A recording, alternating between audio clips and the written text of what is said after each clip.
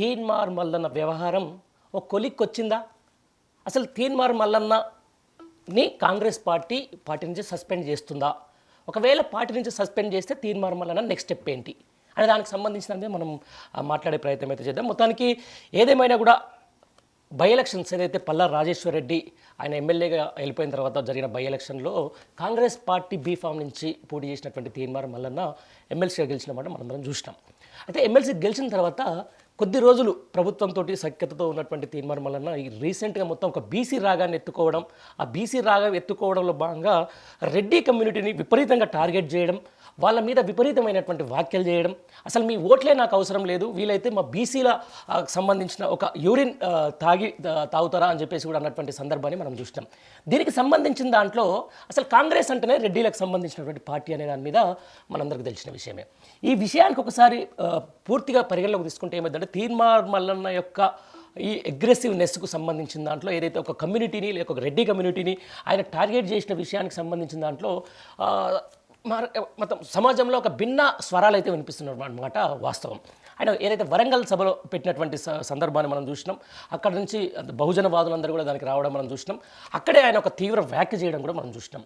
ఈ నేపథ్యంలోనే టీపీసీసీలో ఎవరైతే రెడ్డి నాయకులు ఉన్నారో లేకపోతే ఎవరైతే రెడ్డి ఎమ్మెల్యేలు ఉన్నారో వాళ్ళందరూ కూడా తీన్మార్ మల్లన్నపై ఖచ్చితంగా చర్యలు తీసుకోవాలి, చర్యలు తీసుకోకపోతే మేము ఊరుకునేది లేదు అని చెప్పేసి కూడా టీపీసీసీ చైర్మన్ ఎవరైతే ఉన్నారో టీపీసీసీ అధ్యక్షుడు ఎవరైతే ఉన్నారో మహేష్ కుమార్ గౌడ్ మీద ఒత్తిడి తీస్తున్నట్టుగా తెలుస్తూ ఉంది. అయితే ఇంత జరుగుతున్నా ఒకవైపు కనీసం ఒక పేరు మర్చిపోతేనే ఈరోజు ఒక అగ్ర హీరోని తీసుకుపోయి జైలు వేసినటువంటి ఈ ప్రభుత్వం, ఈ యొక్క ముఖ్యమంత్రి ఈరోజు తన సామాజిక వర్గం మీద అంత పరుషమైన పదజాలంతో తిడుతున్నా కూడా అదే పార్టీ నుంచి కాంగ్రెస్ పార్టీ నుంచి ఎమ్మెల్సీగా గెలిచినటువంటి తీన్మార్ మల్లన్న మీద చర్యలు తీసుకోకపోవడం, ఆయన కనీసం కినుకు వహించడం, కనీసం ఒక మాట కూడా ఖండించకపోవడం అని చూస్తే మాత్రం ఖచ్చితంగా దీని వెనుక ఇప్పుడున్నటువంటి ముఖ్యమంత్రి హస్తం కూడా ఉందేమో అని చెప్పేసి కూడా కొంతమంది పార్టీ వర్గాలే ఈరోజు మీడియాకు సందర్భంగా లేకపోతే వాళ్ళు చిట్ చాట్లో కూడా చెప్తున్నటువంటి సందర్భాన్ని మనం చూసినాం.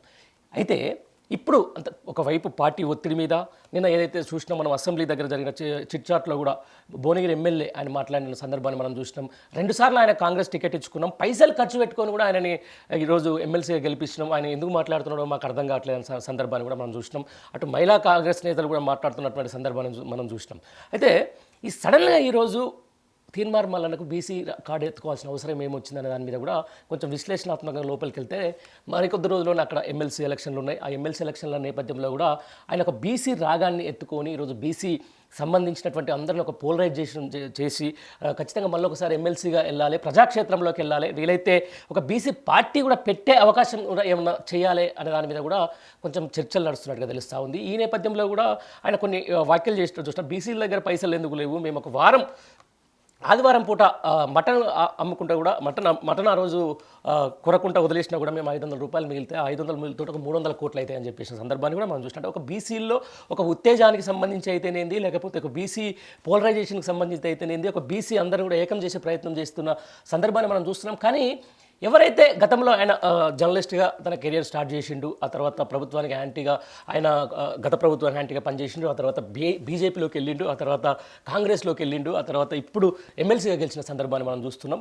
రానున్న రోజుల్లో అంటే ఇప్పటికే ఆయన మీద కొంచెం అంటే ఒక 10 రూపాయలు అడుక్కున్న స్థాయి నుంచి ఈరోజు హెలికాప్టర్లో తిరిగే సందర్భాన్ని మనం తీన్మార్ మల్లన్నని చూస్తున్నాం. ఈ నేపథ్యంలో కూడా ప్రజలందరూ కూడా ఆయన వైపు ఉంటారా? నిజంగా బీసీ రాగం ఎత్తుకున్న చాలామంది లీడర్స్ కూడా వాళ్ళే బాగుపడారు, కానీ బీసీలకు అయితే ఒరిగింది ఏం లేదన్న సంగతి కూడా మనం ఈ సందర్భంగా గుర్తు చేసుకోవాలి. అయితే ఈ బీసీ నినాదం ఎత్తుకునే ఇప్పుడు తీన్మార్ మల్లన్న ఎత్తుకున్నటువంటి సందర్భానికి అసలు ఏం జరుగుతుంది, ఏం కథ అనే దాని మీద ఒక కంక్లూజన్ అయితే మనం ఇచ్చే ప్రయత్నం అయితే చేద్దాం. ఖచ్చితంగా కాంగ్రెస్ పార్టీ నుంచి తనను సస్పెండ్ కావడమే తన లక్ష్యంగా ఈరోజు తీన్మార్ మల్లన్న ప్రవర్తిస్తున్నట్టుగా మనకు స్పష్టంగా తెలుస్తూ ఉంది.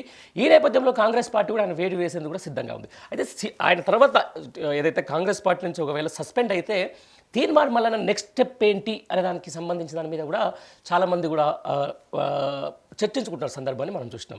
ఒకవేళ కాంగ్రెస్ పార్టీ నుంచి కూడా సస్పెండ్ అయితే ఖచ్చితంగా నేను బీసీ రాగం ఎత్తుకున్నందుకే ఈరోజు రెడ్ల పార్టీ అయినటువంటి కాంగ్రెస్ పార్టీ నుంచి నన్ను సస్పెండ్ చేసిర్రు అని చెప్పేసి ఒక ప్రభుత్వానికి వ్యతిరేకంగా ప్రచారం చేసేందుకు కూడా ఇది ఒక అస్త్రంగా వాడుకోవాలని చెప్పేసి కూడా తీన్మార్ మల్లన్న చూస్తున్నట్టుగా స్పష్టంగా మనకు తెలుస్తూ ఉంది.